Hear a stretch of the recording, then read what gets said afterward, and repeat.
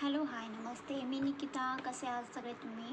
आज आपण ह्या व्हिडिओमध्ये बघणार आहोत मकर राशीसाठी 18 मे 2026 पासून 23 मे 2026 हा जो हप्ता आहे तो मकर राशीसाठी कसा जाणार आहे.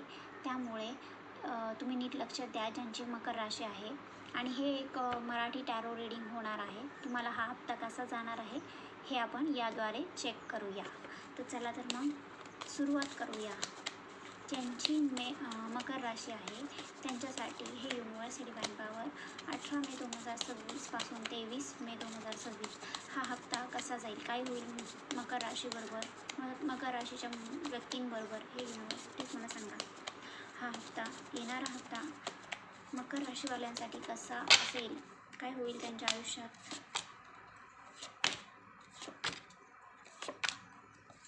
मकर राशीवाल्यांसाठी 18 मे ते 23 मे 2026 पर्यंतचा काळ कसा असेल.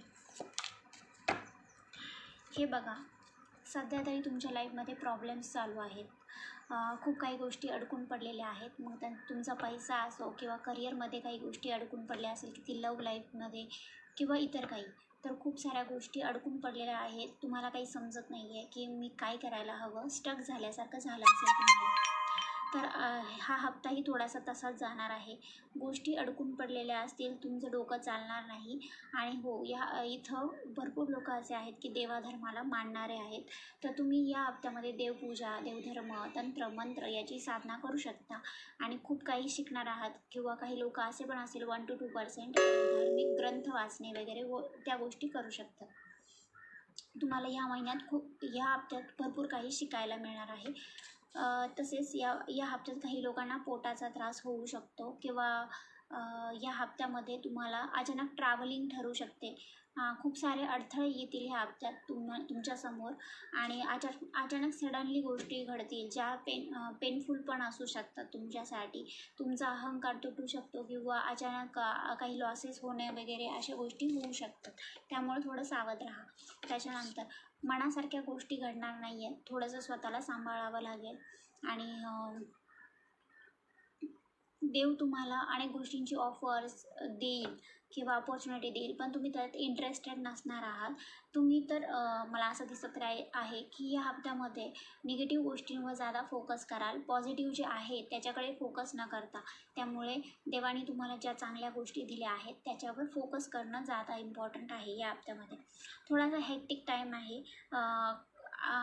बॅलन्स बिघडेल तुमच्या लाईफमध्ये या हप्त्यामध्ये.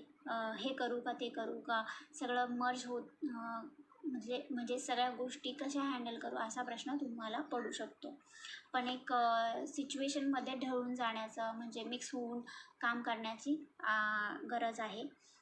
आणि गुड न्यूज ही आहे की ह्या हप्त्यामध्ये तुमची एक विश फुलफिलमेंट होताना मला दिसत आहे. कोणती तरी इच्छा पूर्ण होऊ शकते, पण कोणीतरी तुमचं मन दुखवू शकतं, ही पॉसिबिलिटी आहे. त्याच्यामुळे थोडंसं लोकांवर ट्रस्ट ठेवताना थोडं सांभाळून ठेवा. आणि एंडिंग ऑफ द म्हणजे 22-23 तारखेला थोडासा टाईम चेंज होत आहे. गोष्टी सुधारणार आहेत. गुड लक तुमचं साथ देणार आहे. तुम्ही सेल्फ लव्ह कराल आणि लोकांना ज्यांना तुमची मदतीची गरज आहे त्यांना तुम्ही मदत करू शकता. आणि इमोशनल पण दिसत आहात मला शेवटी हप्त्याचे. आणि हो, बरेचसे लोक इथे असे आहेत की ज्यांना ज्योतिषशास्त्र, ॲस्ट्रॉलॉजी वगैरेमध्ये इंटरेस्ट असेल. खूप लोकांची ट्रॅव्हलिंग पण होईल आणि अपॉर्च्युनिटी रिन्युअल पण अपॉर्च्युनिटीज मिळतील तुम्हाला. आणि नवीन नवीन गोष्टी रिन्युअल होईल तुमच्या आयुष्यात. नवीन एक सायकल पुढे सुरू होणार आहे. फक्त हा सुरुवातीचा जो काळ आहे तो थोडासा टफ जाईल. त्याच्यानंतर एंडिंग हप्त्याची खूप चांगली होणार आहे. तर हे आहे तुमचं टॅरो रीडिंग. जर तुमच्याशी कनेक्ट झालं तर लाईक आणि सबस्क्राईब नक्की करा.